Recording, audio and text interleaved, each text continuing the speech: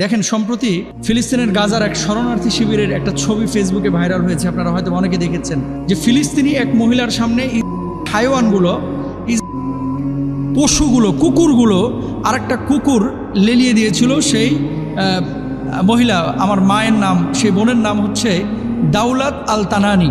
আমাকে জোর করে বাড়ি থেকে বের করতে চেয়েছিল। ইসরায়েলিরা আমার উপর কুকুর লেলিয়ে দিল। আমি ঘুমিয়েছিলাম তখন। কুকুর লেলিয়ে দিয়েছিল এবং কুকুর পরবর্তীতে তার মুখে দংশন করেছে, তার চোখ নষ্ট করেছে, তার শরীরের উপর আঘাত করেছে। প্রশ্ন হচ্ছে যে আমাদের করণীয় কি? আজকে যদি আপনার মাকে করতো, আপনি কি করতেন? ইদানিং জিহাদের যে বিষয়টা, মানে নামাজ পড়া ফরজ, রোজা করা ফরজ, আমরা প্রত্যেকেই জানি, কিন্তু জিহাদ যে ইসলামী শরিয়ায় ফরজ, স্থান ভেদে কাল ভেদে এটার যে বিধান আল্লাহ সুবহানাহু ওয়া তাআলা পবিত্র কুরআনুল কারিমে দিয়েছেন, সে বিষয়টা কিন্তু আমরা ভুলে গেছি। দেখেন সম্প্রতি ফিলিস্তিনের গাজার এক শরণার্থী শিবিরের একটা ছবি ফেসবুকে ভাইরাল হয়েছে। আপনারা হয়তো অনেকে দেখেছেন। আপনারা অনেক সময় এমন কথা বলে থাকেন যে এই সমসাময়িক ইস্যুগুলো নিয়ে আলেম ওলামার কথা বলার দরকার কি, বা সওয়াল জবাব আকারে এটা শ্রোতাদের সামনে, মুসল্লিদের সামনে পেশ করার দরকারটা কি? সমসাময়িক ইস্যু নিয়ে যখন শরিয়ার কোনো বিষয় আসে, আলেমদের দায়িত্ব হচ্ছে সচেতনতা তৈরি করা। কারণ কি, আলেমরা একসময় এই সমস্ত বিষয় নিয়ে ভাবতো না, কথা বলতো না, আলোচনা করতো না, বিধায় কিন্তু ওই ফাঁকা মাঠে গোল দেওয়ার সুযোগ নিয়েছিল বাম রাম ছাগলগুলা। একসময় কিন্তু আলেম ওলামা এই ধরনের বিষয়গুলো নিয়ে কোনো আলোচনা করতো না। ইমান নিয়ে কথা বলতেছে, 52 জমা কেটে গেছে। পেশাব পায়খানার সুন্নাহ তরিকা নিয়ে কথা বলেছে, 2 জুমা 5 জমা কেটে গেছে। কিন্তু এখন আমরা কেন কথাগুলো বলি? যাতে করে আমাদের তরুণ সমাজ, যারা যুব সমাজ, সোশ্যাল মাধ্যমে যারা অ্যাক্টিভ, তাদের কাছে যেন ভুল মেসেজ বা ইনফরমেশন না যায়।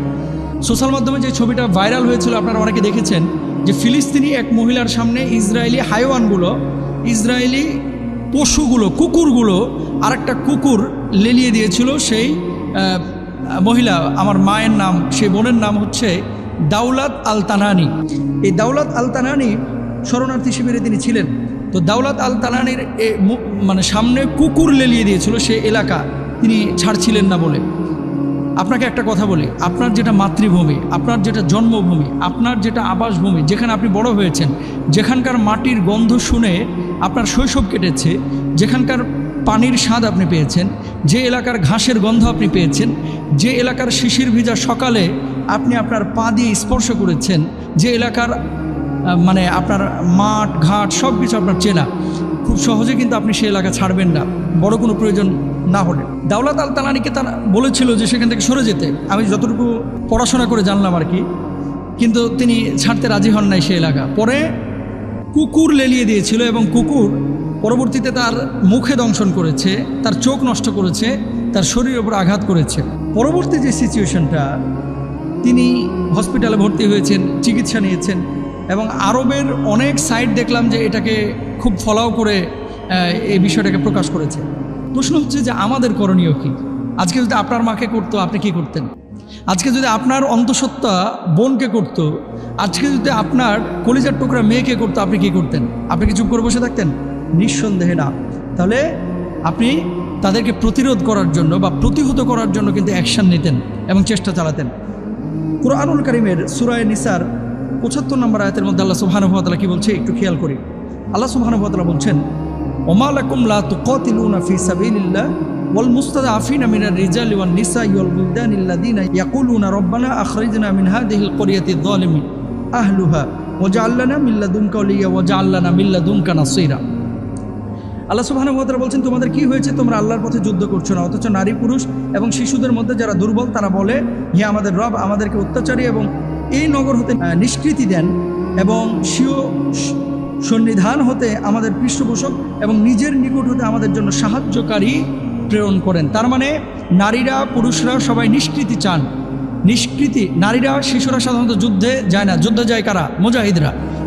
আমাদের বাংলাদেশে আমরা সাধারণত এখন দেখি যে জিহাদের কথা বা যুদ্ধের কথা আসলেই মানুষ জঙ্গিবাদের সাথে জিহাদকে বা যুদ্ধকে ট্যাগ লাগায় দেন। মোটেও না। জিহাদকে কেউ যদি অস্বীকার থাকে, তার মানে সে কাফের হয়ে যাবে, তার ঈমান থাকবে না ভাই। জিহাদকে কেউ যদি অস্বীকার করে, তার ঈমান থাকবে না, সে কাফের হয়ে যাবে। স্বাধীনতার জন্য এদেশের মানুষ কি মুক্তিযুদ্ধ করে নাই? করেছে। ইসলাম কায়েমের জন্য আবু বকর, ওমর, ওসমানের মতো সাহাবীরা রাদিয়াল্লাহু তাআলা আনহুম, তারা কি যুদ্ধ করেন নাই? করেছেন। আল্লাহ রাসূল সাল্লাল্লাহু আলাইহি ওয়াসাল্লাম কি সশরীরে যুদ্ধে অংশগ্রহণ করেন নাই? আপনি বলবেন করেছেন।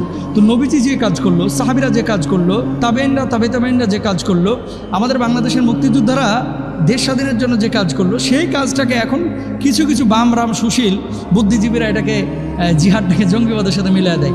আল্লাহ রাসূল সাল্লাল্লাহু আলাইহি ওয়াসাল্লাম বলেছেন, কোনো ব্যক্তি এমত অবস্থায় মারা গেল যে তার হৃদয়ের মধ্যে জিহাদের বা যুদ্ধের কোনো তামান্না ছিল না, ময়দানে কোনোদিন অংশগ্রহণ করে না, সে মুনাফিক হয়ে মরল। তার মানে কি, কখনো যদি সিচুয়েশন তৈরি হয় তাহলে আপনাকে কিন্তু অংশগ্রহণ করতে হবে, তবে পাক্ষিকভাবে আপনি এককভাবে যুদ্ধে অংশগ্রহণ করতে পারবেন না, এটার অনুমতি লাগবে।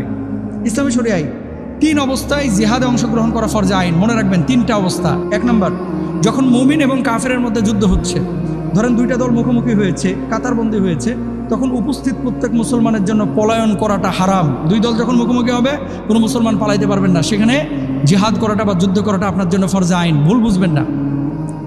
2 নম্বর, কাফেররা কোনো এলাকায় আক্রমণ চালালেও উক্ত এলাকার অধিবাসীদের ওপর তাদের বিরুদ্ধে কিতাল এবং তাদের প্রতিরোধ করা ফরজে আইন। অর্থাৎ আপনি নিরীহ নিষ্পেষিত, আপনার কোনো দোষ নাই, অহেতুক আপনাকে এসে হত্যা করছে বা হত্যা করার চিন্তা করেছে, সেক্ষেত্রে আপনাকে প্রতিরোধ গড়ে তুলতে হবে।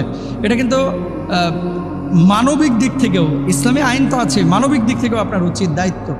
3 নম্বর, ইমাম বা কোনো রাষ্ট্রনায়ক যদি সম্প্রদায়কে জিহাদে বের হতে আহ্বান করেন তাহলে তাদের সকলের জন্য জিহাদে বের হওয়া ফরজে আইন। ফিলিস্তিনি মুসলমান আজকে আমার মা বোনরা যেভাবে আক্রান্ত হচ্ছে, আমরা জিহাদে যেতে পারছি না, যেহেতু এখানে ভিসার বিষয় আছে, পাসপোর্টের বিষয় আছে, রাষ্ট্রীয় আপনার বর্ডারের বিষয় আছে।